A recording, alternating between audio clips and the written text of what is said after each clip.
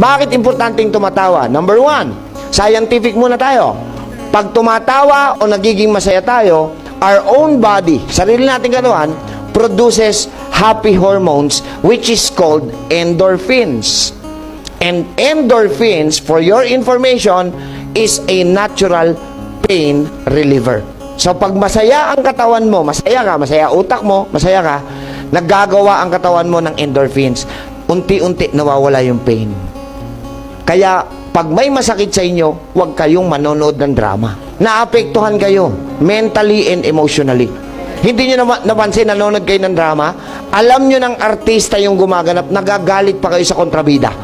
Sinabi naman ng Panginoon, sabihin natin, Proverbs 17:22. Hoy, may sinabi ho kayo, narinig ko ang sabi nyo, laughter is the best. Sabi ng tao yon.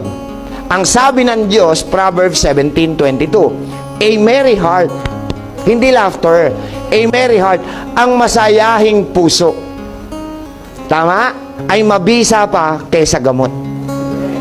Pero ang malungkuting puso at espiritu ay nakatutuyot hanggang buto. Hindi totoo yung laughter is the best medicine. A merry heart, masayahing puso.